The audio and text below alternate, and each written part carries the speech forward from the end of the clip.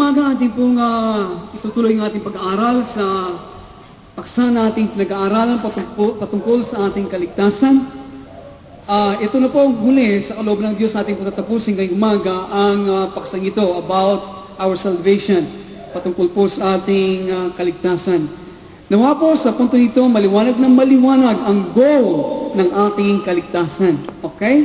Ang nilalayon ng ating kaligtasan. Sana po kapag kayo ay nag-share na, maliwanag na ninyong may pahayag sa ating mga kapatid at mananampalataya na kung ano ang goal ng isang tunay na mananampalataya.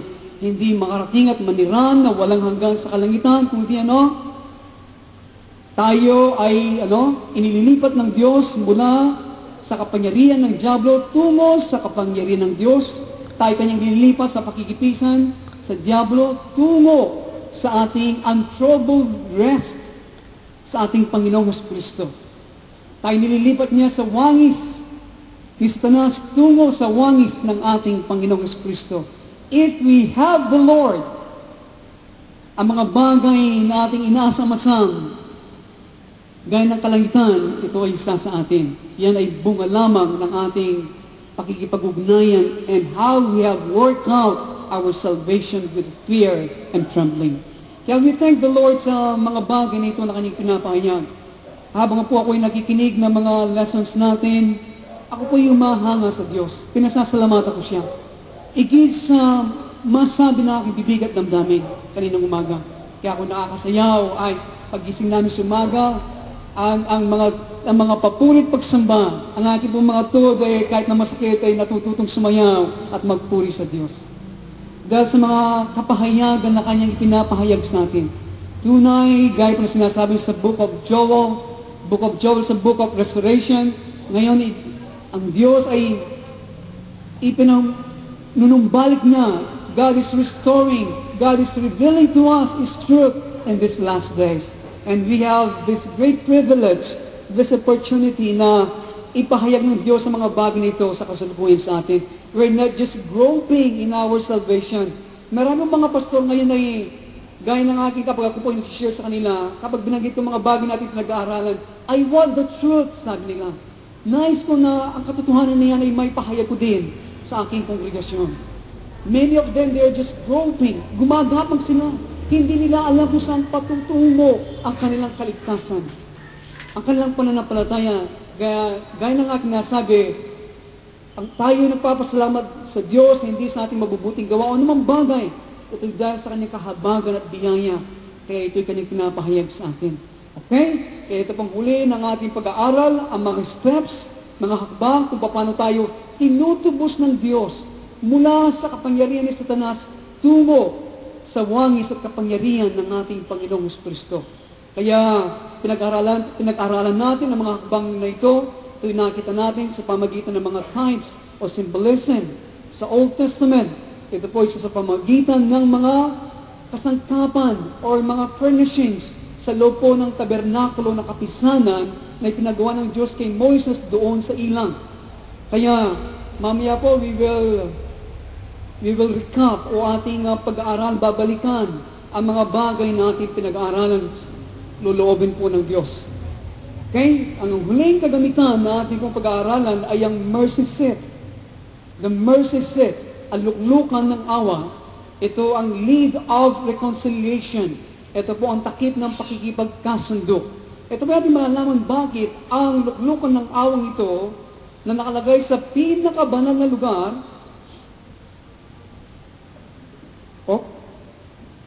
Yung flower base na kilala tayo. Bakit ito tinawag na takip ng pakikipagkasundo? Okay? Sana po sa punto ito ay kahit sa inyong imagination ay inyong may portray kung ano ang itsura ng kaban ng tipan at ng luklukan ng awa. Okay, ito pong top view ng ating pinag-aaralan. Okay, the altar of burnt offering, the first furnishing, the laver, the altar of incense or table of showbread, the lampstand, the altar of incense, and the ark, and the mercy seat. At dito po tayo ngayon ang tutuswakan ako ni makiliti ko. Okay. Dito po tayo na nag-aaral ngayon ang furnishings na ito, ang ark, ang kaban ng tipan, at ang luklukan ng awa. Okay, ayun. Pinag-aralan po natin sa ilang mga linggo ang kaban o kahon ng tipan. Ito po ay binibilang na isang 1 unit, isang piraso. Ang luklukan ng awa at ang kahon ng tipan. Okay. Kung hindi mo mapapansin ang itsura ng kung hindi mo mapapansin, the Ark of the Covenant, it was taken as whole. Pero ito po ay dalawang bahagi, okay? Ang kahon kung saan po nakapatong ang mercy seat. Dito po, okay, dito, hanggang dito, at ang dalawang cherubim na ito pong binubuo ng luklukan ng awa or the mercy seat. Siya po ang pinakatakip ng kahon ng tipan o kaban ng tipan. Hindi po ba'y maliwanag? Kailangan po ay maging maliwanag sa atin para tayo ay lubos na makasunod sa ating pag-aaral. Okay. Huwag mong patayin, Brother Raul. Kahit na po ang ating tinatalakay ang mercy seat bilang hiwalay na kagamitan, okay? Dahil ito po ginawang hiwalay sa kahon ng tipan. Ito'y ginawang hiwalay. Ito po ay nakalagay bilang pinakatakip ng kaban ng tipan, subat ito po ay binibilang bilang bahagi ng kaban ng tipan. Kaya ang buong ito ay binibilang na 1 unit. Let us open our Bible in Exodus chapter 25. Exodus chapter 25. Dito po natin makikita ang luklukan ng awa kung paano ito pinagawa ng Diyos kay Moses. Exodus chapter 25 verse 17.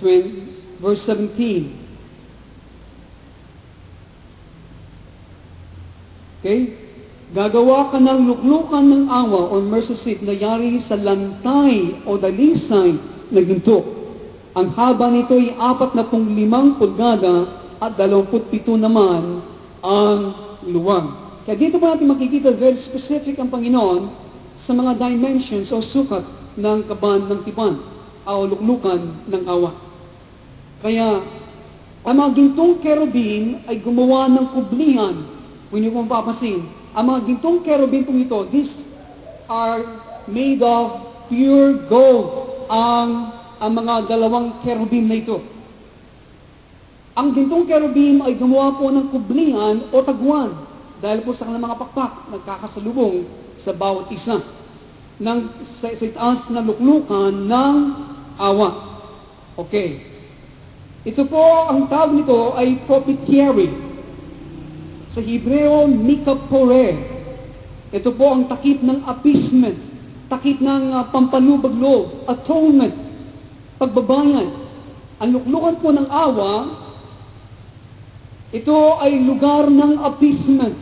Ito ay lugar ng, dito ay nalulubag-loob ang Diyos. Ito pang lugar ng reconciliation, pagkakasundo, the place of atonement.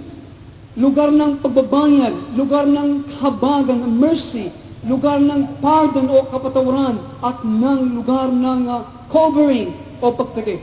Bakit po? Alam natin, dito po pumupunta o pumapasok ang pinakamataas ng sacerdote, si Aaron, na kapatid ni Moises, minsan sa isang taon. At dito po winiwisik ang dugo ng kordero para sa kasalanan ng buong Israel at sa kanyang kasalanan sa gitna ng luklukan ng awang ito. Kaya, ang takip na ito ng kaban ng tipan na tinatawag natin mercy seat, ito ang takip ng pakikipagkasundo. Ito ang takip ng pagpapatawad. Ito ang takip ng ang Diyos ay kapag nakita niya ang ating kasalanan, dito ang sa pamagitan ng dugo ng ating Panginoong Kristo na kumakatawan sa dugo ng mga kordero, siya ay para bagang naalis ang kanyang galit sa atin. Ito ang pampalubag loob.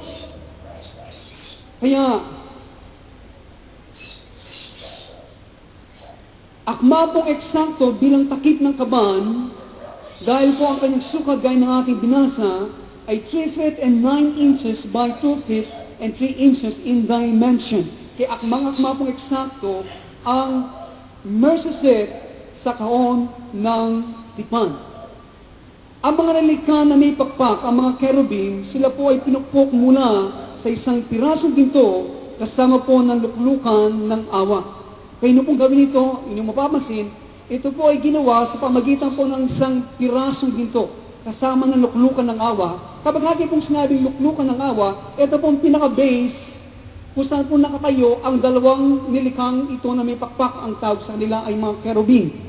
Okay? Kaya, ganito po silang pagkanyari mula sa isang pirasong ginto. Sila ay ginawa sa pamagitan po ng pagpukpok. Ang mga Hudyo po sa panahon ito ay marunong po sila sa art ng casting metals. Okay? Sa panahon ito, ang mga Hudyo ay marunong sa art of casting metals. Ang ibig sabihin, sila po ay marunong gumawa ng mga molde, gaya ginagawa natin ngayon. Kapag tayo ay gustong gumawa ng isang bagay, hindi po na kapag gusto mo maging madali at magaan, gumagawa po sila mga molde at magiging merong mass production. Sapat sila nagbubuhos ng dalis na ginto o pilak o anong mga bagay para makuha ang ating itsura kapag ito ay inalis sa isang molde. Sa panahon ngayon, ang mga Hudyo ay marunong na po sa ganitong mga technique. Kung inyo pong mapapansin, ang ilang pong mga kagamitan, ang ilang mga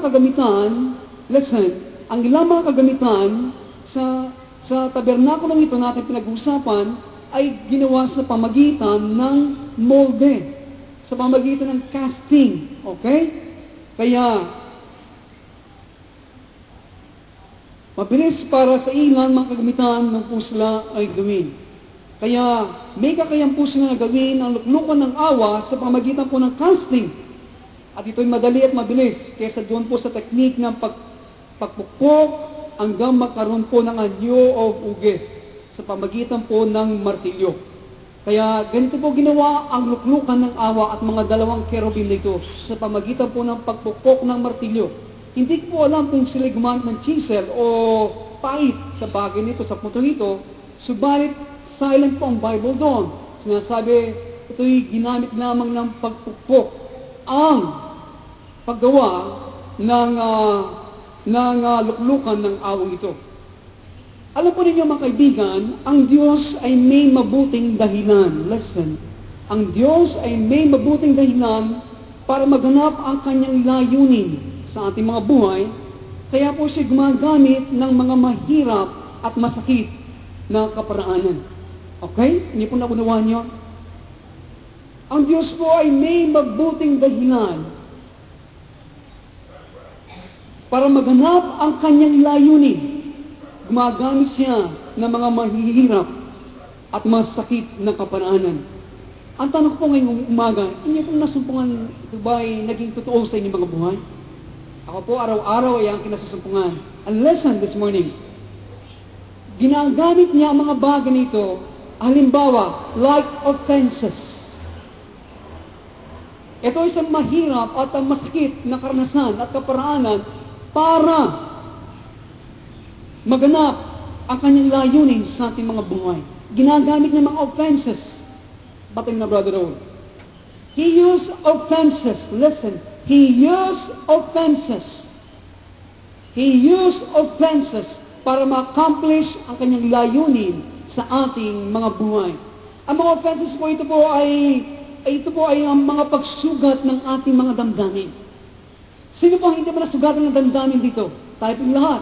And God uses offenses. Ginagamit niya mga bagay ito na tayo masugatan ng ating damdamin para ma-accomplish, matupad ang kanyang layunin at panukala sa ating mga buhay. Offenses, ito po ay, it is necessary. Listen, it is necessary. Kailangan na kailangan dumating ang mga offenses, ang mga pagsugat sa isang damdamin natin. It is necessary. Kailangan na kailangan. Pag-isipan po natin ito mabuti. Inyo na bang naranasan na masugatan ng damdamin? Ako po madalas. Halimbawa, alam niyo po, kayo rin kung tatanungin ko kayo, maraming mga bagay kayo nasugatan ng inyong damdamin. Pero ganito man nangyayari minsan sa atin, di ba? Sila po ay ilang mga tao nakagawa ng mali. At tanungin mo sila patungkol dito sa bagay nito. At ang kanila pang sasabihin sa iyo, ikaw pa ang nagkamali.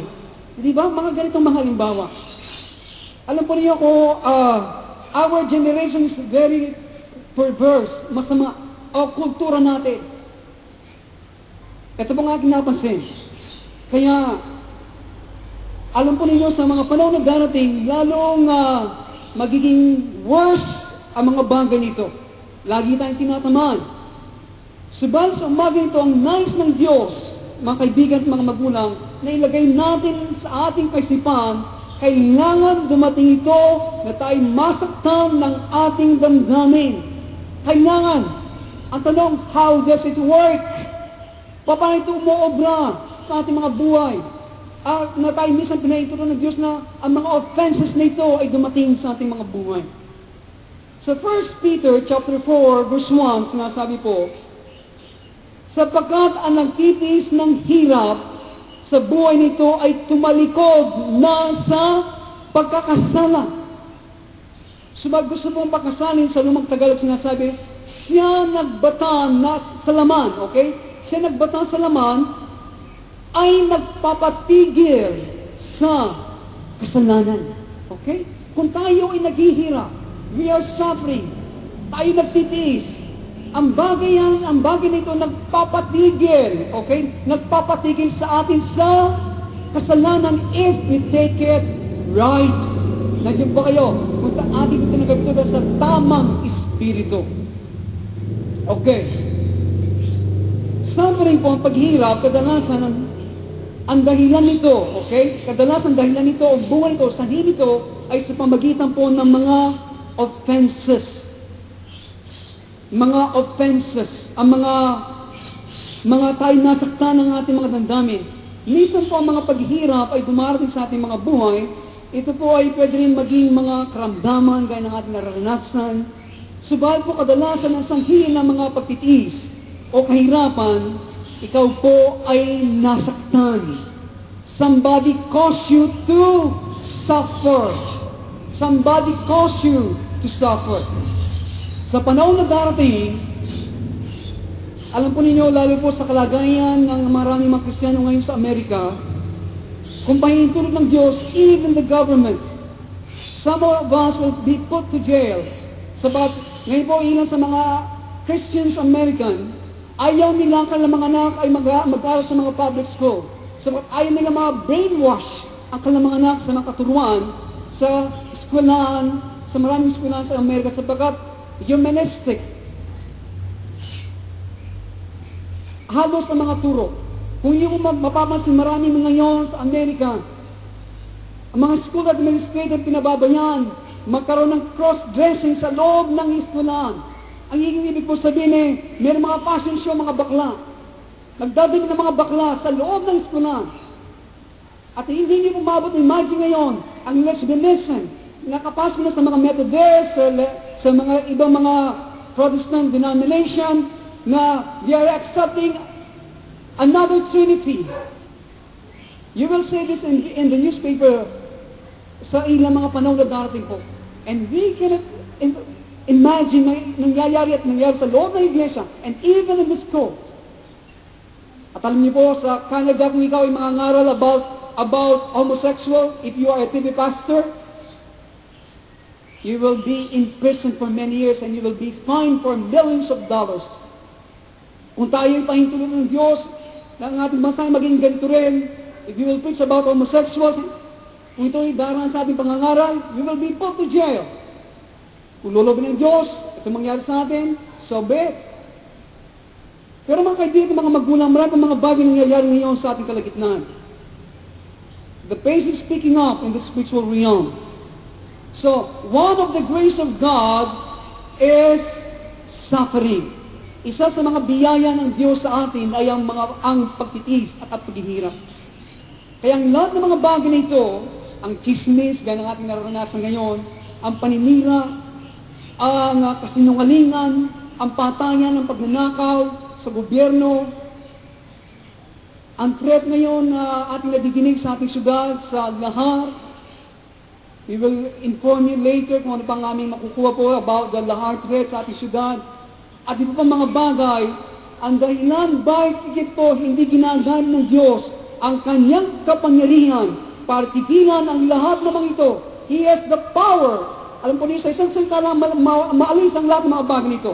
Bakit ang Diyos ay hindi niya ginagamit ng kanyang kapangyarihan para tigilan ang lahat ng mga ito?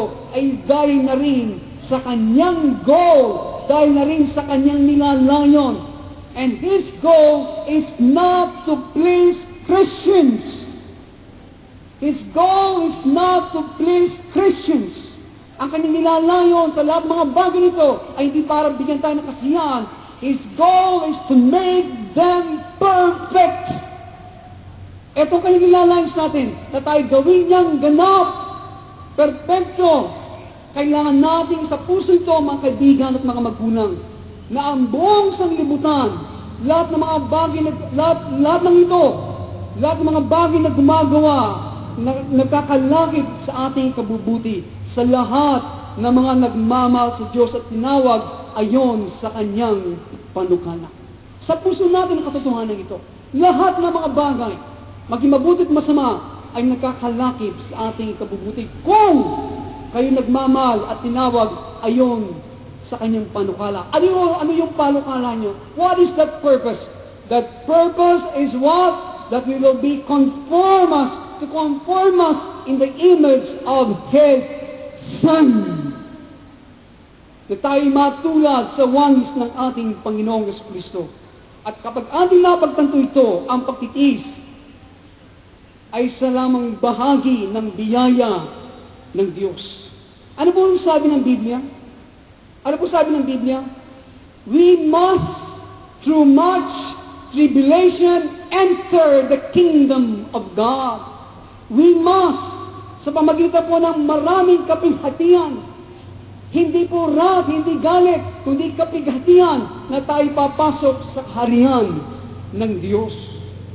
Through suffering, sa pamagitan po ng mga pagtitis paghirap, God can accomplish His goal in our lives. Kanya po matutupad ang kanyang panukala sa ating mga buhay. At ito rin po ang ating mga goal. Kung ang kanyang goal ay goal niya, yun rin ang ating goal. And God can only accomplish that through suffering. Dahil kapag tayo ay natulad sa wangis ng Mesiyas, we will be heirs of all things of God. Hindi ba? Kapag tayo natulad sa wangis ng ating Panginoon, tayo po maging tagapagmana sa lahat ng bagay sa Diyos, and we will have joy forever with the Lord. So, ano yung pong magtiis tayo ng bahagya sa panahon ito? Amen? If it will get the job done. Kung matatapos ang trabaho ng Panginoon sa atin, ano yung pagtiis natin bahagya dito sa lupa?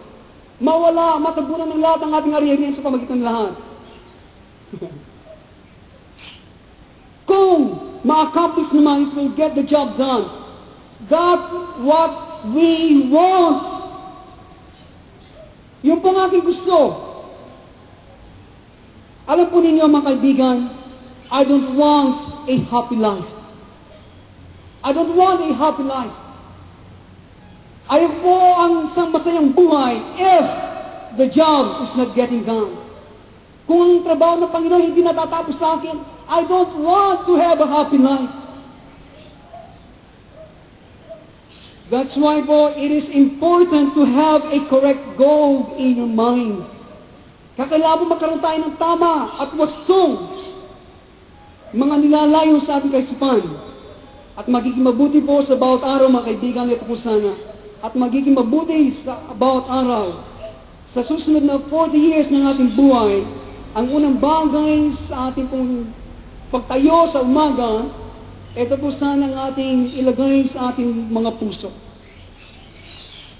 Pagtayo natin sa umaga, sabihin natin, God's goal is to conform me in the image of His Son.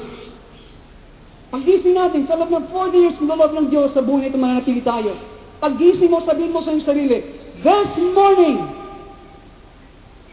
This morning, God's goal is to conform me in the image of His Son. And everything that happens today, at At lahat ng mga bagay na mangyari ngayong umaga, kung tayo ay nananalangin, kung tayo naglilingkod sa Diyos, ay magkakalakip hanggang tayo ay matulad sa wangis ng ating Panginoong Jesucristo. Kaya kailangan dumating ang mga offenses, kailangan dumating ang mga bagay na ito tayo masaktan sa ating mga loob. I don't have to avenge myself. Dahil po sinasabi ng Biblia, woe unto them through whom they come. Kaya dumating po yung mga tao na sinasaktan ng ating mga damdamin. Nandiyan po ba kayo? Pero hindi po natin pagiganti ang ating mga sarili sapagkat sinasabi ko ng Biblia, woe unto them through whom they come. Nakapangingilabot ang sasapitan ng mga taong pinanggagalingan nito. Amen? Nakapapangilabot po ang sasapitan ng mga taong to na pinanggagalingan ng mga bagay na sumisira, nagbibigay ng sakit ng ating mga damdamin. So you are released of all need of revenge. Amen? Kaya kayo po ay naligtas sa pangailangan na makiganti. You are relieved of all the need of safe and happy life. Kayo po ay naligtas sa pangailangan na makaroon ng isang ligtas at masaganang buhay. Kayo ay naligtas sa mga ito. Hindi po natin kailangan ng mga ito. Ito po ang ibig sabihin ng Romans 6:12. We are not debtors. We are not debtor to the flesh. Ito po sinasabi ng Romans 6:12. We owe nothing to the flesh. Wala po tayong utang o pananagutan sa lamang ito. We don't owe the flesh to be happy. Wala tayong pananagutan at utang sa lamang ito na siya ay maging masaya, to be secure, na magkaroon siya ng matiwasay na buhay. We don't owe the flesh. Amen? Amen? Hallelujah. Dahil po ang dalili ng Diyos na ituro sa atin ay yung kalwalhatian, higit sa ating kaisipan na ating pwede natin imagine. At ang mga bagay nangyayari sa ating bansa, sa mga iglesia, sa ating personal buhay, the end result will be a repentant church. Amen? Lahat ng ito nangyayari sa atin, sa loob ng iglesia, sa lahat sa atin, the end result, ang maging huling resulta nito, ay ang iglesia ay marunong at matutong magpakumbaba at magsisi sa harapan ng Diyos. Amen? Hallelujah. Because, alam po niyo kapag nangyayari ito, it will drive people to pray. Itutulak ang mga tao, mga Kristiyano na manalangin. Subalit kapag ang lahat ay mabuti, maraming maglalaro. Walang patutunguhan, sila mananatili sanggol. Maraming mga sanggol sa loob ng iglesia. Subalit hayaan natin ang edukasyon ay mapuno ng demonyo, ang gobyerno, ang mga eskwelahan, ang mga iglesia, gaya na ating nakikita ngayon. People will finally wake up. Ang mga Kristiyano ay magigising. They will wake up. They will turn off their TV. Papatay nila ang mga television, kanilang sasabihin, alika mahal, pumunta tayo sa mga prayer meeting. At ito po ang nangyayari. It's wonderful, it's marvelous. All are skidding the cesspool. Akin napapansin. Lahat ay naging slide sa bagay nito. Lahat ay patungo dito. And it's wonderful. It is hallelujah. But its purpose is to give you what you want in the final sense. Lahat ng mga negative ito, ibibigay sa atin yung pinakagusto natin sa huling dako. It is God. At ito ang eternal life at ang ating mga mamanahin. At para ating makuha ang mga ito, kailangan tayo ay nasa wangis ni Kristo. So God is doing you good. Amen? Ang ginagawa ng Diyos sa atin ay mabuti. Ito pinakikita ko sa aking mga mahal sa buhay. Sana mga kabataan ngayon, gumising na. Bago makita ka ng mga buhay huli, nasa drugs, nasa barkada, lulon. Sira ng utak, wala ng direksyon. Sira ng buhay, buntis ang mga dalaga ngayon. Sana sa panahon ito, lahat ay patungo dito, sana ang panahon na tayo gumising. Ang dalisay na ginto ng tabernakulo ay kumakatawan po sa divinity, sa pagka-Diyos. The divine substance po, yung pong banal na bagay, sa loob natin ay kailangan itong mapukpok para magkaroon ng anyo. Kayo ba yung nagtaka o nagtataka? Bakit po ang Spirit ng Diyos lagi tayong minamartilyo? Araw-araw, ito po ang napapansin. Lagi tayong minamartilyo ang ating mga buhay. Dahil po yung Mesiyas na nasa inyo, hindi lang po dapat itong lumago sa loob natin, kailangan itong pukpukan para magkaroon ng anyo sa pamagitan ng napakaraming mga precious sa atin sa bawat araw ng ating mga buhay. Meron pong bahagi ng bawat binanal sa pinakabanal na dako ng kanyang pagkatao o sa pinakamalalim na bahagi ng kanyang personalidad na sinilang ng Diyos that has been begotten of God. At yung bagay niyon, it is solid gold. Yun po ay matigas na ginto. There's nothing of humanity in it. Wala pong anumang makataong bagay sa loob ng natanim sa ating pinakamalalim ng ating personalidad. This is true of every person which has been born again. Ito po nangyari sa lahat ng mga tao na naisilang na muli. The divinity, yung pong pagka-Diyos, sa bawat mananampalataya, okay, we have the divinity, that gold in us, nung tayo po naisilang na muli, ay kailangan malagay sa ilalim ng paghuhubog ng Banal na Espiritu. At ito ay isang proseso hanggang ang mercy seat, okay? Hanggang ang mercy seat, yung pulukulukan ng awa, to speak symbolically, is created at the core of the being, cannot be hammered. Hindi po ito pwedeng pupukan into shape para ito magkaroon ng anyo. Divine nature, yung pong banal na likas, ang ginto, ang siyang pwedeng imartilyo hanggang ito ay magkaroon ng anyo. Okay? Kaya na kinasabi, ang luklukan ng away, pinukpok nung gawin ito. At ang kahoy hindi po pwedeng gawin ito. Pagpukpok, mabibiyak. Hindi mo ba? Only solid gold. The divine nature that is in us. Perfection. Ang pagiging ganap in the Christian experience is the possession of God Himself. Sana po inyo nakuha yun. Ang pagiging ganap sa ating pong Kristiyanong karanasan, ito po ang pagtataglay sa Diyos mismo.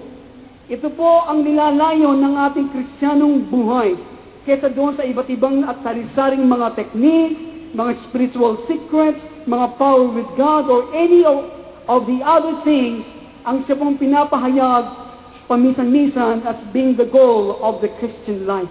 Hindi ba ngayon itong ating napapansin? Maraming mga secrets, maraming mga techniques, ganito, faith, ganito ka lang mga steps. Ang minsan pinapahayag na pinaka-goal o nilalayon ng Kristiyanong buhay. But the goal of the Christian life is perfection. At ito mismo ang ating Diyos. So, Jesus is a person. Kayo ba naniniwala doon? Ang ating Panginoong Jesus, siya po isang persona. At ang nais niya para sa atin na tayo po ay maging okupado sa Kanya mismo. Maging okupado tayo sa Kanya mismo kesa doon sa mga konsepto na nagiging dahilan na awayan, tampuhan, paninira, kung hindi mo siya katulad, hindi na siya Kristiyano, mga konsepto, mga karanasan sa mga tao o mga bagay na may kaugnayan o related sa Kanya. Ang nais ng Diyos tayo maging okupado ang ating Panginoong Kristo sa Kanya lamang. Amen? Siya o sino man na taglay niya ang Panginoon o ang persona ng ating Panginoong Kristo, taglay niya ang lahat ng mga mahalagang bagay sa kalangitan at dito sa lupa. Amen? Siya o sino man na hindi niya taglay o wala sa Kanya ang Panginoong Jesus is bankrupt. Sa kabila puno na salapi ang kanyang libreta, he is bankrupt kung wala si Kristo sa kanyang buhay. He is deprived, naagaw na siya sa lahat ng mahalaga. The true gold is found in the pattern of the tabernacle of congregation. Ang totoo at tunay na nilalayon natin ay masusupungan po sa mga pattern. Yung pong pag-draw na ating sinusunod na hakbang na ating pinag-aaralan sa tabernakulo ng kapisanan. At ang huling kagamitan na ating pinag-aaralan, the seventh article of furniture is the pure of gold mercy seat. Yung pong dalisay na ginto, ito po ang luklukan ng awa. There was no word in it. Wala pong pagkatao o humanity in the mercy seat. The mercy seat was beaten from refined gold. Ito po pinupok mula sa isang dalisay na ginto, indicating, tinuturo po sa atin, ang sukdulan ng ating Kristiyanong karanasan. Amen? Ito pong ini-indicate the climax of our Christian salvation. Pure divinity. Puro dalisay na pagka-Diyos. Kaya sigaw ni Pablo, that I may know Him. Ito pong sa katangian ng isang lumalagong Kristiyano nagpapatuloy. Meron siyang pagnasa na makilala siya. Ngayon na po ang panahon para sa mga Kristiyano mananampalataya na sigaw sa kanyang puso, that I may know Him. Sa ilang pong mga talata sa mga sulat po sa mga bagong tipan, tinuturo sa atin kung paano ang katuparan po ng luklukon ng awa ay nalikha sa mga buhay ng mga individual. Ngayon po tignan natin kung paano po ang fulfillment, yung pong fulfillment ng mercy seat sa buhay ng bawat individual, kung paano ito nalilikha o nalikha sa kanilang mga buhay at personalidad. Let's open our Bible in the Gospel of John, chapter 14, verse 2 and 3, verses 2 and 3. Okay, tignan po natin dito, paano nalikha o na-fulfilled ang mercy seat sa mga buhay ng mga maraming mananampalataya. Let's start from verse 23. Verse 23.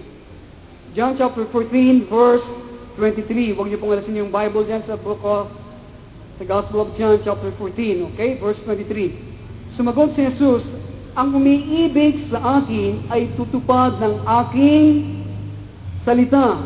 Iibigin siya ng aking Ama at kami, tignan niyo po ang plural form, at kami sa Kanya at mananahan sa Kanya. Sino po Kanya? The Christian.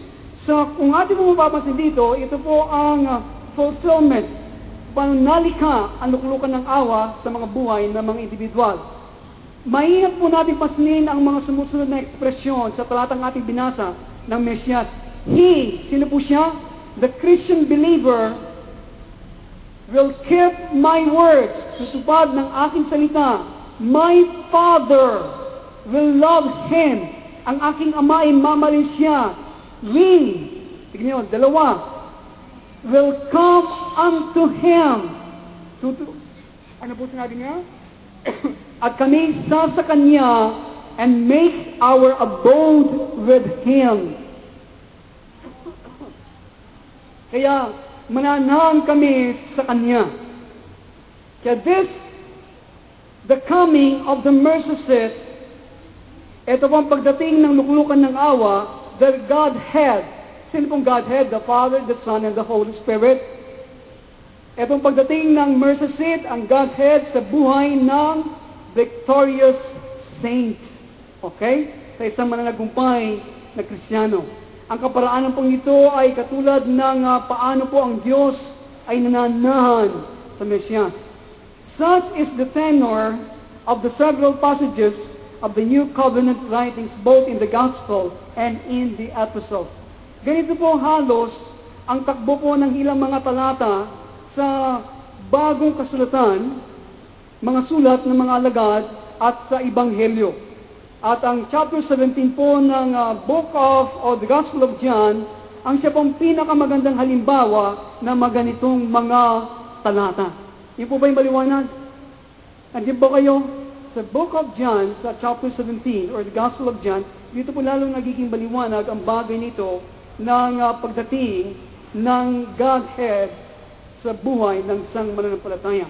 Kaya pagdating po ng Diyos, listen, ang pagdating ng Diyos at ng Mesyas na manahan na walang hanggan, kanino po? Doon sa kompletong pinagkasundong banal. Complete, reconciled, saint, ang Ama at ang Anak, they will make their abode eternally. Okay, walang hanggan sa isang Kristiyanong lubos na pinagkasundo sa Kanya. Ito po ang buong kapuspusan ng ating katubusan. Okay? Ito po ang buong kapuspusan na ng ating katubusan. Itong tinatawag nating the rest of God. Itong kapahingahan ng Diyos. Ang Diyos, the Godhead, will dwell in us eternally. Kaya magpapahinga na ang Diyos sa atin. Kaya ngayon sa kasalukuyan, ang Diyos ay hindi makapagpahinga sa buhay ng maraming mga mananampalataya. Makapagpahinga siya ng isang 1 minute, pagkatapos tatakbo na naman ang Panginoon. Marami siyang competition sa loob. He cannot sit on His throne for a minute or a second. Sabab meron siyang laging kaaway, laging nadidethrone. Nag-usurp ang Panginoon sa kanyang throne, lagi. Sino pong laban? Number 1 enemy ng ating Panginoon sa kanyang throne? The self-will. Ang ating sariling kalooban. So, kapag tayo nakarating dito, this is the rest of God, the full sonship. Ito po ang buong kapuspusan ng ating pagiging anak. Call it what you want. Ito po ang completion ng ating katubusan. Ito pong katuparan ng pista ng balag. Ito pong katuparan ng the Feast of Tabernacles. Ano pong ginagawa ng mga Diyos sa panahon ng Feast of Tabernacles? They will stay 1 week, okay? Sa labas ng kanilang tahanan, gagawa sila ng mga balag tents. At doon ang buong sambayan, they will abode in that tent for 1 week in celebrating the Feast of Tabernacle. Kaya, so to speak, ito rin ginagawa ng Diyos sa atin. Ito ang fulfillment ng Feast of Tabernacle sa ating buhay. Kung saan ang Ama at ang Anak sa pamagitan ng kapangyarihan ng Banal na Espiritu Santo, mananahan sila na walang hanggan. Alam po ninyo, ngayon pa lang sinasabi ko sa inyo, the Christians doesn't know this. They know Pentecost, the Feast of Pentecost. So but after the Feast of Pentecost, we are going through the Feast of Tabernacle. Ngayon, ang ginagawa ng Diyos, dinadala tayo sa kapistaan ng tabernakulo. Tell them what is the Feast of Tabernacle. They don't know. Hanggang sa Gibson lamang, sa Pentecost, hindi nila alam kung anong ginagawa ng Diyos, kung saan dinadala ng Diyos. Amen. Into the rest of God. Kaya, this is the omega of the pursuit of God. Ito pong katapusan ng ating paghanap sa Diyos. The all things na sinasabi sa Revelation 21 verse 7. Ito pong lahat ng bagay na sinasabi sa Revelation chapter 21 verse 7. Pagdating ng Diyos at ng Mesiyas na mananawalang hanggan doon sa binanal na lubos na pinagkasundo sa Kanya. Okay. Verse 19. Tuloy po natin. Verse 19 of chapter 14 of the Gospel of John and 20. Verse 20. Tignan po natin dito. Anong sinasabi ng ating Panginoon? Hindi ko kayo iiwan nang nangungulila, babalik ako sa inyo. Konting panahon na lamang at hindi na ako makikita ng sanglibutan. Ngunit ako'y makikita ninyo sapagkat mabubuhay ako at mabubuhay rin kayo. Malalaman ninyo sa araw na iyon. Yun po yung mahalaga. Malalaman ninyo sa araw na iyon. Kailan po yung araw na iyon? Kapag siya ay kapag tayo mabubuhay, gano'n siya ay nabuhay, hindi ba? Okay. Malalaman ninyo sa araw na iyon na ako'y sumasa Ama, kayo'y sumasa akin, at ako'y sumasa inyo. Napakaganda po ng mga talatang ito. Yung pong phrase, yung pong mga salitang, at that day, yung pong binasa natin, yung sa verse 20, malalaman ninyo sa araw na yon. At that day, yung pong araw na yon, is very significant. Ito po yung mahalaga dahil ang tinutukoy po nito ay ang araw ng Panginoon. Ang tinutukoy po nito in that day, yung araw na yon, ay ang day of the Lord. Ano yung pong araw na yon, yung the day of the Lord? What is this event? Anong mangyayari dito? Kayo po nag-aaral ng Sunday School. In that day, what's the day of the Lord? the coming of the Lord. Ito ang panahon na bubuhayin ang mga overcomers, bubuhayin ang mga nagtagumpay. They will receive their body back. It will be an incorruptible body. Kaya sa araw na yon, in that day, alam po niyo, it is used several times in the book of Isaiah. Ito po binanggit ang salitang ito sa aklat ng Isaiah. Meron po tayong partial o ilang bahagi ng katuparan doon sa sinabi po ng ating Panginoon sa ating binasang mga talata kanina. Sa oras po na ating tinanggap ang Mesiyas bilang na ating personal na tagapagligtas at Panginoon, ating pong tinanggap ang partial na katuparan ng bagay na ito. Okay? Nandiyan ba kayo? Yung pong partial na katuparan ng aking binabanggit na kanya sinasabi na malalaman ninyo sa araw na yon ako'y sumasama, kayo'y sumasa akin, at ako ay sumasa inyo. Ito po ay ating tinanggap ang ilang bahagi nito, ang unang bahagi nito sa ating pagtanggap sa ating Panginoong Jesucristo. Ngayon po lumandag tayo sa verse 21 ng chapter 14 ng John. Tingnan po natin, verse 21. He that hath my commandments and keepeth them, he it is that loveth me, and he that loveth me shall be loved of my Father, and I will love him, and will manifest myself to him. So ito po sinasabi ng ating Panginoon sa verse 21. Ang tumatanggap sa mga utos ko ay tumutupad nito ang siyang umiibig sa akin. Ang umiibig sa akin, iibigin ng aking Ama. At iibigin ko rin siya at ako'y lubusang magpapakilala sa Kanya. Kaya, ang bagay nito at ang mga preceding verse natin binasa kanina, ito po ay tinanggap natin ito nung ating tanggapin ng ating Panginoong Jesucristo. Okay? Pero, ang mga talata ito natin binasa na sinabi niya, I will manifest myself to Him. Ipapahayag ko ang aking sarili sa Kanya. Hindi po tinutukoy ang pangalawang pagdating ng ating Panginoong Jesus. Hindi niya tinutukoy dito ang pangalawang pagdating ng ating Panginoong Jesus o yung ating initial acceptance o yung kauna-unahan nating pagtanggap sa Mesiyas. It is the fulfillment of the Feast of Tabernacles and comes after Pentecost, after we have received the baptism of the Holy Spirit. Amen? Hindi po ba yung maliwanag? Ito po ang kanyang sinasabi. Kaya, it is the coming of the Father and the Son to dwell in the saints. Ito po ang pagdating ng Ama at ng Anak na manan sa banal. Karagdagan po dito, ating pong basahin ang John chapter 17. Let's open our Bible in John chapter 17. Okay? John 17 verse 21 and 21 to 23. Maging isa nawa silang lahat. Ama, sila po dumadalangin ng ating Panginoong Jesucristo. Kung paanong ikaw ay nasa akin at ako'y nasa iyo, gayon din naman, mag-iisa sila sa ating upang maniwala ang sanglibutan na ikaw ang nagsugo sa akin. Ang karangalang ibinigay mo sa akin ay ibinigay ko sa kanila upang sila'y ganap na maging isa, gaya nating isa. Ako'y nasa kanila at ikaw ay nasa akin upang lubusan silang maging isa at sa gayon makilala ng sanglibutan na sinugo mo ako at sila'y inibig mo katulad ng pag-ibig mo sa akin.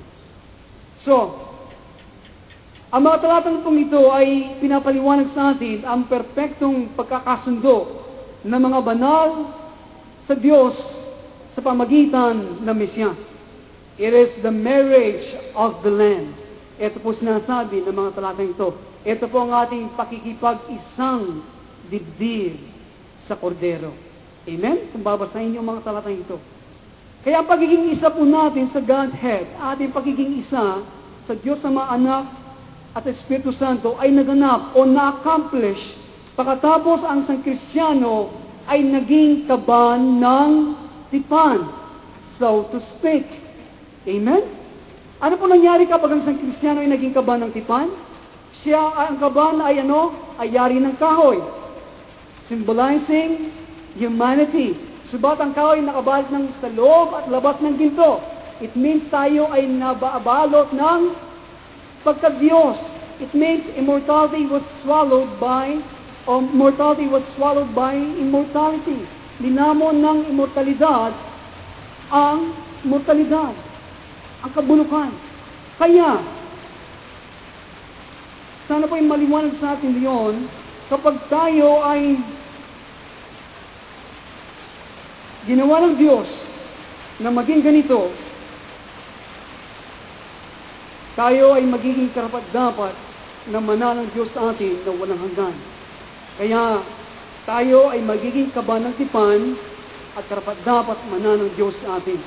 So the glory of God always comes to rest in a prepared place. Hindi ba? Ang kalwalatian po ng Diyos, laging nakahandang magpahinga doon sa isang lugar na nakahanda. Ang tanong po, tayo ba'y nakahanda sa puntong ito? Hindi ba subasa ang Diyos Ama at ang Diyos Anak ay mananawala hanggang sa isang lugar na hindi nakahanda? Kaya tayo ginagawa ng Diyos, inihahanda niya. Kailangan natin daanan maraming mga hakbang na ito para po tayo ay may handa sa kanyang magiging tahanan.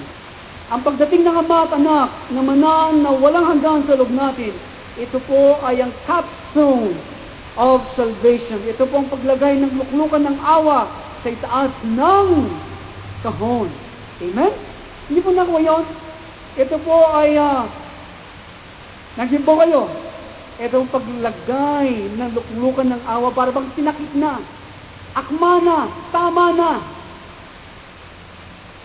Sa itaas ng kahon. Karapat-dapat na.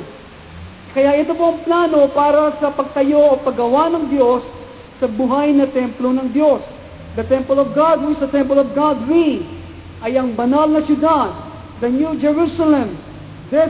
Alam niyo po, there is no temple in the New Jerusalem. Sa bagong syudad ay wala pong templo because the entire city is the tabernacle of God. Amen? Wala pong mga templo doon sabagat ang buong syudad ng siyang tabernakulo ng Diyos. Kaya, ang isang Kristiyano, mararanasan niya ang prosesong ito. Ang tuloy-tuloy na death to self and resurrection in the power of the Holy Spirit. Ang tanong po ngayong umaga, ito ba inyong nararanasan?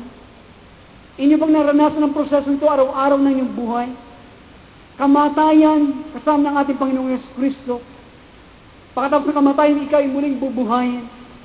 Every decision that you make to live for the Lord, you die. Kapag ikaw ay nagtagumpay sa hilig at tito ng laman na gusto mong gawin, subat hindi mo binigyan ng kasiyahan ito, you have died and you have gained life and you have resurrected the part of your life. Amen? Sana po sa bawat araw, merong namamatay at merong muling nabubuhay sa atin. Sa kapangyarihan ng banal ng Espiritu Santo. There must be continual eating of the flesh and drinking of the blood of the Messiah. Kailangan ito, araw-araw, kumakain tayo ng laman ng ating Panginoon, umiinom ng kanyang dugo. Kaya gaya na aking nasasabi sa inyo, ang pangangaral ng salita ng Diyos ay mahalaga. Ang mga Bible study natin ay mahalaga. We are eating the flesh of the Lord. We are eating the Word. At alam po ninyo, kahit ako, kaya napakahalaga sa akin ako'y mangaral. Kahit alam po ninyo, kapag ako'y nangangaral, binibigyan ng Diyos sa akin ng ilang mga kaalaman na minsan malabo sa akin. Habang pinag-aaralan ko, pero kapag ako'y nangangaral, nakatayo sa inyo, yung malabo yun ay nagiging maliwanag. At minsan hindi ko hinihanda, ay nasasabi ko, lumalabas sa bibig ko na hindi ko naman iniisip. Ako mismo ay kumakain ng laman ng ating Panginoon. Habang minsan ako nangangaral sa inyo. And drinking His blood, washing me with His blood. Kung hindi po kayo interesado sa inyong spiritual life, this has no importance to you. Sana po maging totohanan na. At alam po ninyo, there must be a transformation of moral character. Hindi ba ito laman ng kaban? Ang ating pinag-uusapan?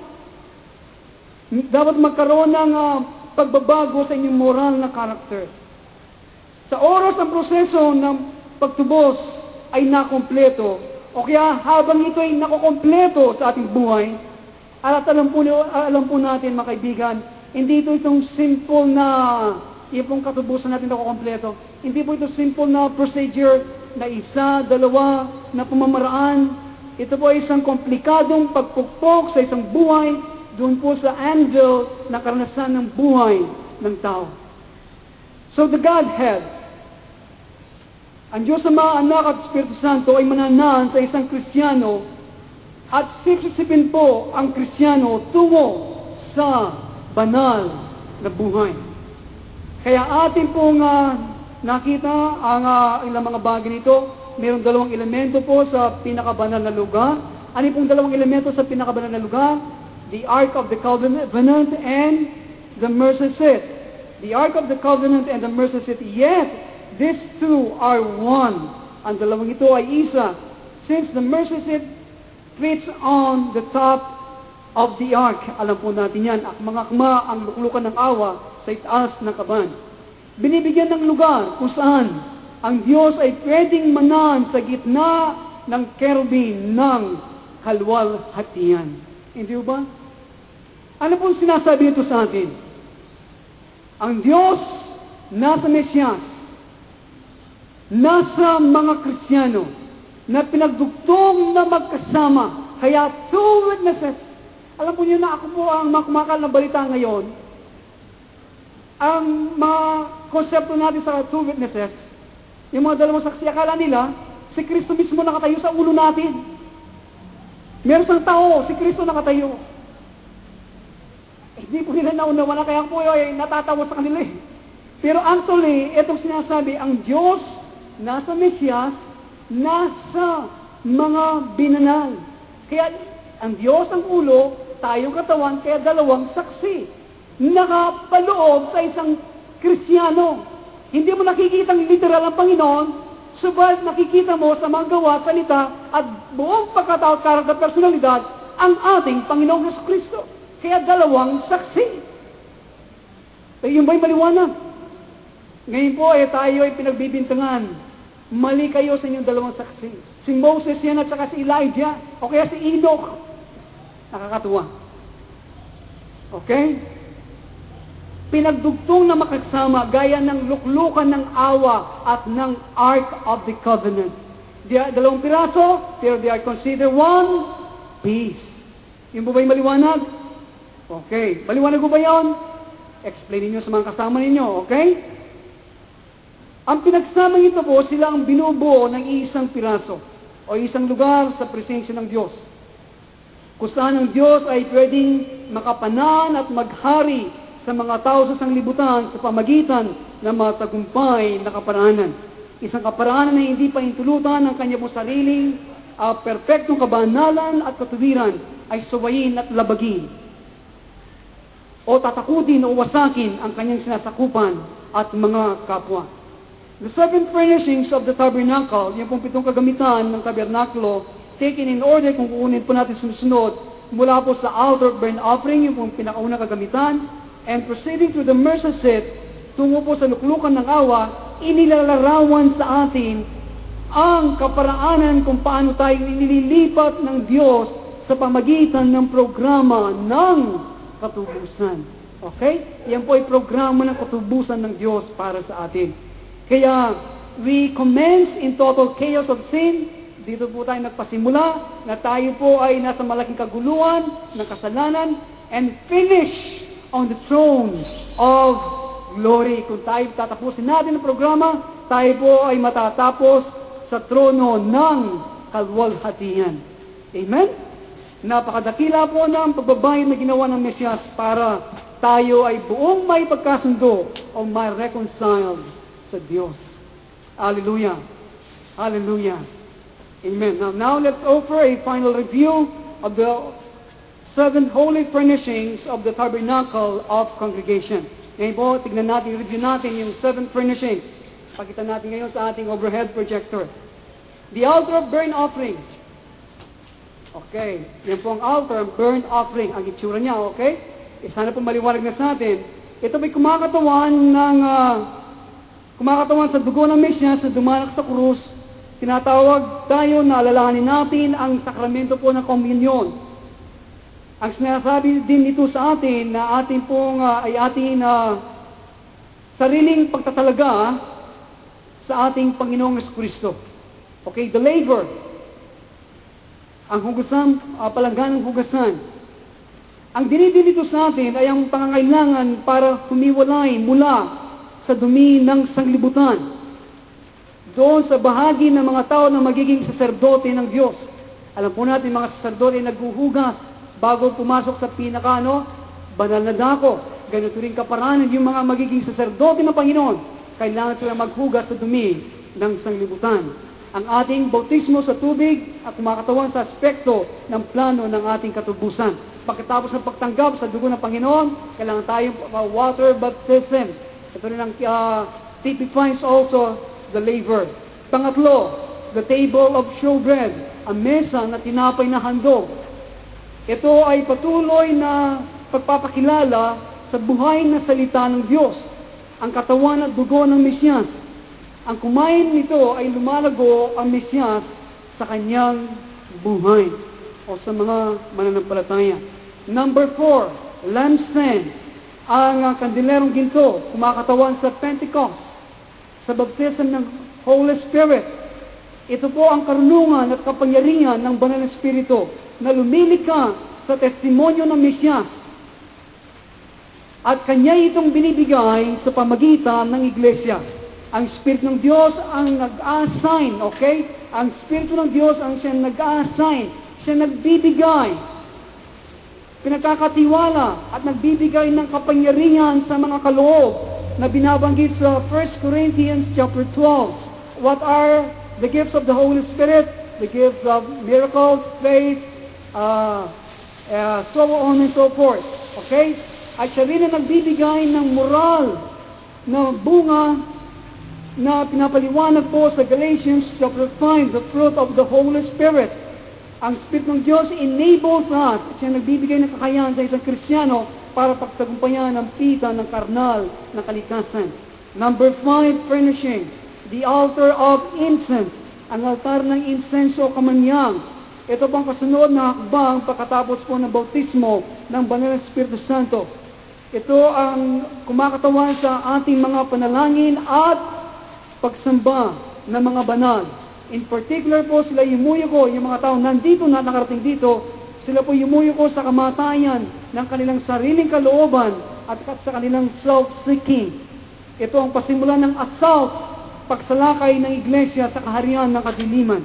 Number 6, furnishing, the Ark of the Covenant, ang kaban ng tipan. Ito po ang pagdating ng Panginoong Yesus, kasama ng libo-libo ng kanyang mga banal. Ang sinasabi po nito sa atin, ang oras na tayo ay nasa wangis na ng Mesiyas, taglay sa ating sarili ang disiplina ng Banal na Espiritu Santo. Kumakatawan sa tungkod ni Aaron, nasa loob ng kaban, hindi ba? Taglay na natin dito sa ating sarili ang disiplina ng Banal na Espiritu Santo, ang katawan at dugo ng ating Panginoong Jesucristo, ang banga ng mana, at ang the pure moral character, ang dalisay na moral na character ng banal na kumakatawan sa 10 utos o yung pong dalawang tapyas na baton kung saan po nakaukit ang 10 utos. Okay, the Ark of the Covenant is David's tabernacle. Zion, the book of Psalms. Wala po tayong panahon dito pero napakaganda. Kaya the Ark of the Covenant, kaya tinawag itong David's tabernacle sabagat po sa tabernacle ni David, sa kanyang kapanahunan, ang the Ark of the Covenant, o itong buong ito, ay napahiwalay sa rest of the tabernacle, of the furnishing of the tabernacle. Kaya ang tabernacle po ni David, ang Zion, sa Jerusalem, ang isang kagamitan lamang na masusupungan mo ay yung Ark of the Covenant. Pero sa panahon ni Solomon, kinuha niya sa isang bundok at pinagsama muli ang buong tabernakulo. This is the temple of Solomon. Amen? Okay, so on and so forth. Number 7 natin pinag-aralan, the mercy seat, alukluko ng awa. At siya na nanaan sa gitna ng kerubin ng kalwalatian, kumakatawan sa kapahingahan ng Diyos. Ang ating karanasan sa katubusan, ang sakdulan nito ay ang pagdating ng mga persona ng Diyos Ama, Anak at Espiritu Santo na manaan sa atin na walang hanggan. Kaya sa kasulukuyan tayo ay dinadala tungo sa perpektong pakikipag-isa perpektong pakipagkasundo sa ating Panginoong Jesucristo. Kaya, ito nais ng Diyos na ating marating para ating maranasan ang kanyang buong katubusan sa ating buhay. Amen? Subuhin naging maliwanag sa atin. Kayo po na hindi nakasunod at meron kayong nami sa mga Sunday na ating pinag-aralan sa paksang ito. Every Sunday na tayo po ay nagre-record sa ating pinag-aralan. Kaya kung ako po sa inyo, pa-record po kayo, bumili sa mga lesson natin sa pamagitan po ng tapes. Rewind po ninyo ang mga bagay ito para huwag pong maalis sa inyong mga puso. Amen? Kaya sana po sa puntong ito ng inyong buhay, sana kayo ay lumago, nakakabangpa ng isang mataas na baitan sa inyong spiritual na pamumuhay. Amen? Hindi kayo nanatiling sanggol sa inyong pananampalataya. Gaya ng aking nasabi, hindi po isang aksidente na kayo'y naririto. Sa kabila ng ulan at bagyo at lahar at ashfall, kayo pa rin nandito. God has a purpose. Amen? He wants you to know these things. Kaya tayo lahat ay manalangin.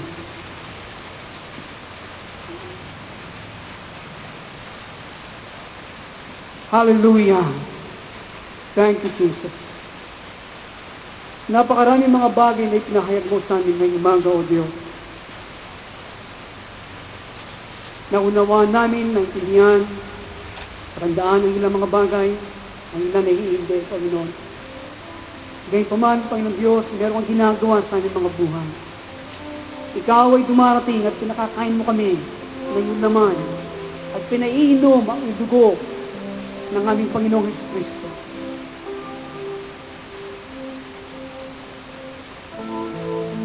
Sa araw-araw ng aming mga buhay, O Diyos, dinadala mo kami sa kamatayan ng aming Panginoon. Pagkatapos kamatayan, muli ang pagkabuhay. We want to know you more and the power of your resurrection, Lord. Ngayon ganay, Panginoon, mga pagkaroon po ng transformation, Lord, sa aming mga moral na character. Do it each day. We open our hearts, our lives unto thy hands. Do what you please. We are your servant, your bond servant. Nais namin, Panginoon, kami maging kaban ng tipan. Kung saan, Panginoon, kami maging karapat dapat na ipatong, O Diyos, ang luklukan ng awa. Pinagsama, pinagdugtong, so people may see the glory of the living God. Offenses may come. They are necessary, Lord. Kami masasaktan, Panginoon, ng aming mga damdamin. Kailangan dumating. Sabat, Panginoon, through much tribulation, we shall enter the kingdom. Ang aming dalayan, Panginoon, sana huwag kaming panggalingan na masaktan ang damdamin ng ibang mga tao. Kundi, O Diyos, kami panggalingan ng iyong buhay, ng iyong kapayapaan, ng iyong kanilingan. Nandito po kami, Panginoon, sa inyong harapan na iyong mga lingkod na iyong tinawag sa iglesia nito. Nagpapakumbaba. Humihingi ng kapatawaran sa lahat ng aming mga pagkukulang kalikuan, mga sariling kalooban na ginagawa. Tulungan mo kami, Panginoon, na makita ang iyong kalooban at panukala sa aming mga buhay. Help us to spend time, to find time and place where you can feed us. Pwede mo kami pakainin at lumago ang buhay ni Kristo. Hindi lang lumago, Panginoon, kundi ang martilyo ng banal na Espiritu Santo pinupukok sa amin. Ang luklukan ng awa hanggang ito'y mahubog at magkaroon ng anyo sa aming mga buhay. Panginoong Jesucristo, we want you, Lord. We will occupy all of our being, Lord. Sa iyo lamang, hindi sa mga bagay patungkol sa iyo at may kaugnayan sa iyo. kayo mismo, O Diyos. Kami po ngayong umaga ay nagpapakumbaba. Hindi lang sa bibig, Panginoon, kundi yumuyo ko ang aming mga puso sa iyo. At bigyan mo kami ng katatagan, Panginoon, sa oras, Panginoon, namin tinatahak ang aming mga buhay. Kung meron mga crossroads, mga desisyon na dapat gawin, Panginoon, sundin namin, Panginoon, at tahakin namin ang makipon ng daan. Kahit na ito mahirap, O Diyos, makitid. Lord God, sa pamagitan ng iyong tulong at unawa, at kapangyarihan at kahabagan, you will pull us through. You will pull us through, Lord. Huwag niyong hayaan, Panginoon, manatili kami na kami bulag sa aming sariling kapaitan, Panginoon. Huwag niyong hayaan na kami bulagan, Panginoon, ng aming emosyon na kami nasaktan. Lord, hindi gamitin ang mga bagay nito sa aming Espiritu, tanggapin ang gusto at tamang Espiritu. Para, Panginoon, kami po'y makasulong, Panginoon, hanggang magkaroon ng katumparan ng pista ng tabernakulo sa aming mga buhay. Panginoon, ikaw magkaroon ng kapahingahan sa buhay na ito. Lord, we want Thee alone. Kaya nandito po kaming lahat, O Diyos. Hipuin mo ang mga buhay na ito. Hipuin mo kaming lahat. Hipuin niyo po kami, Panginoon, huwag po ay tumigil. Saka bilang minsan kami nagtatampo sa mga kami nasaktan. Hindi namin kaya mga pressure, kami nagtatampo, tumatakbo. Magtiyaga ka sa amin, Panginoon. Akayin mo kami sa iyong landasin. Akayin mo kami sumulong sa iyo sa mukha ng aming Panginoong Jesucristo. Huwag mo kaming hayaan ng mga panawari, Panginoon. Maligaw ng landas. Sa kabila ng kahirapan, sa kabila ng mga pinansyal na pangangailangan. Panginoon, gamitin mo mga bagay na ito para kami sumulong sa iyo. We thank you, Lord. We thank you, Jesus. We want to be one with you as you are one with the Father. Jesus, Son of God. We offer ourselves as a living sacrifice. Each moment of each day, this is the cry of our hearts. Have mercy upon us. Let's all stand and worship Him. Hallelujah, hallelujah, hallelujah. Worship Him, Pastor Johnny.